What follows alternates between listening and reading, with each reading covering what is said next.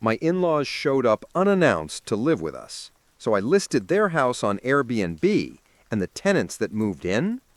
The doorbell's chime at 7 a.m. was an alien sound in our quiet suburban home, a jarring interruption to the soft, early morning light filtering through the kitchen blinds.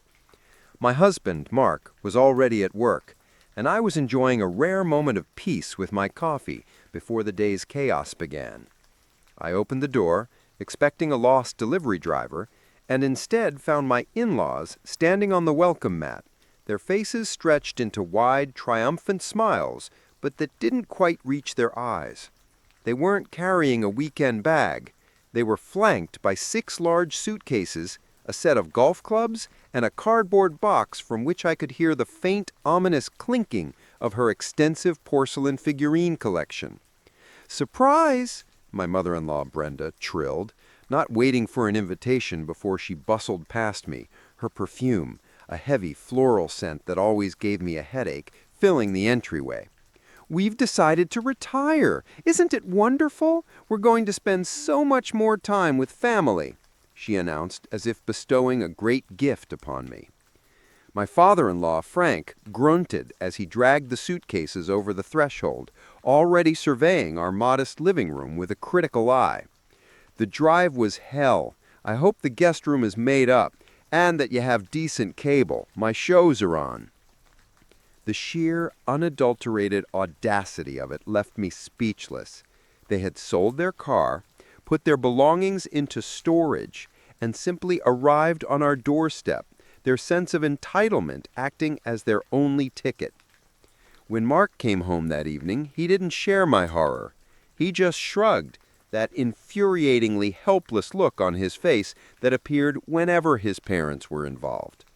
"What could I do, honey? They're my parents. They have nowhere else to go," he pleaded, while his father complained that the chicken I'd made for dinner was dry, and his mother tidied the kitchen by hiding all my modern appliances in the basement, declaring them eyesores. That night, as I lay awake listening to Frank's seismic snoring through the wall, a cold, calculated fury took root. This wasn't a visit, it was an occupation, and I would not be a prisoner in my own home. The idea came to me fully formed, a perfect, beautiful weapon. They had given us a spare key to their house years ago for emergencies. Well, this was an emergency. At 5 a.m., while the house was still silent, I slipped out of bed, drove across town, and let myself into their pristine, empty, fully furnished 3-bedroom home. It was a time capsule of beige and lace, smelling of lemon polish and mothballs. I took out my phone and began systematically photographing every room, every angle, highlighting the charming, quiet retreat with a beautiful, low-maintenance garden. Back in my car, I crafted the listing. I wrote a description that was a masterpiece of misdirection, calling it a perfect artist's getaway, or ideal for young professionals seeking a creative space. I set the price suspiciously low for a long-term rental, ensuring it would be snatched up immediately. I posted it on Airbnb, creating a new account under a vague name, The Family Trust. By the time I returned home and pretended to be asleep, my phone was already buzzing with inquiries.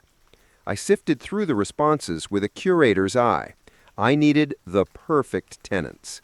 And I found them. A group of 4 college students, members of an experimental punk band called Psych Graffiti.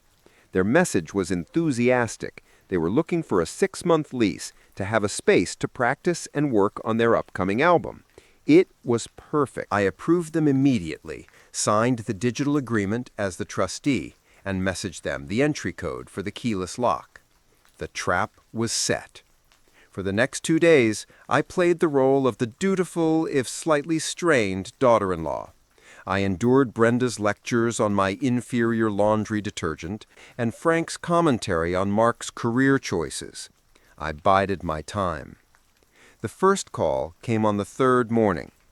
Brenda was in the middle of complaining about our Wi-Fi speed, insisting we upgrade to a more expensive plan when her phone rang. She answered with a cheerful, "Hello?" only for her face to morph into confusion, then alarm. I could hear the faint, tinny sound of shouting from the other end. It was Gladys from next door, and she was screaming. "Brenda, there are people in your house, strange young men with blue hair. They're dragging amplifiers inside. I think they've painted the living room black, and they're building some kind of ramp in the backyard." The color drained from Brenda's face. Frank snatched the phone, his own face purpling as he listened to the hysterical account of mosh pit preparations in his prized petunia bed. "What is the meaning of this?" he roared, turning to me as if I held the answers. They demanded we drive them over immediately.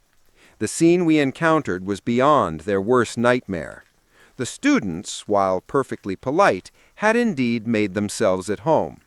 The beige walls were now a flat matte black. A massive half-pipe skeleton dominated the immaculate lawn.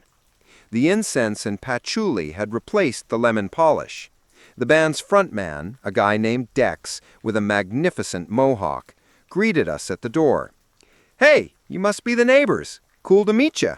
We've got a 6-month lease, paid in full. You'll have to talk to the owner about any issues." He pointed to the signed agreement on his phone. My father-in-law, sputtering with rage, called the police. When they arrived, they surveyed the situation, checked the digital lease, and delivered the devastating verdict. It was a civil matter.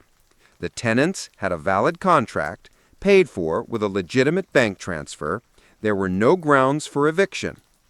Panic truly set in then. Frank tried to argue to revoke the agreement, but Dex calmly explained that breaching the contract would result in a lawsuit for not only the full rental amount, but also for relocation costs, emotional distress, and lost album revenue. The sum he quoted was astronomical. They were utterly defeated. Their own home was legally occupied, their belongings were in a storage unit they could barely afford, and their son's house was too small to host them indefinitely. With no other options, they were forced to check in to a budget long-stay hotel on the outskirts of town, the same one they could easily have afforded with their pension if they hadn't assumed they could simply mooch off us for the rest of their days. The beautiful irony, the final twist that made the entire scheme worthwhile, was that the students turned out to be fantastic people. Once the initial shock wore off, I went over and confessed everything. They didn't get angry, they howled with laughter. They'd thought the low rent was just a lucky break. They offered me free tickets to their next show and even helped me plant new, much more interesting flowers in the ruined garden. Months later, when the lease was up, my in-laws returned to a house that smelled vaguely of drum kits and featured a stunning mural in the guest room, a gift from the band. The experience had been a brutal but effective lesson in boundaries. My husband, finally seeing the sheer genius and necessary ruthlessness of my plan, stopped being a pushover. And his parents? They now call weeks in advance to ask if a weekend visit might be convenient. Everyone, in the end, got exactly what they deserved.